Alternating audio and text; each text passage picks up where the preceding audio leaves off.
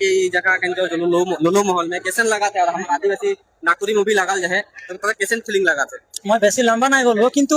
first time पर এই মলটা मैं ফার্স্ট টাইম আমার লাগে বেঙ্গলোরে বেলেগ বেলেগ মল মিলে যাইলা কিন্তু এটা আমার ফার্স্ট টাইম লাগে ফার্স্ট एक्सपीरियंस है बहुत ভালো লাগে আর দাদাদেরকে লোক পাই बहुत ভালো লাগলে কেন কি এরকম हमने वीडियो में कमेंट लाइक कमेंट होते থাকেলা কিন্তু एक्चुअल में जखन हमने लोग पाइला ना तो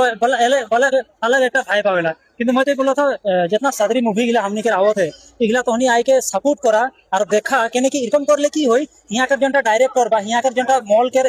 माने मैनेजमेंट बोली जेरकम की मूवी आई गेले हमने करा आदिवासी के हमने बहुत चिन्ह नहीं पाइला এটা हमने का नीचे हमने के पहचान बनाई पाई किरकम बनाबो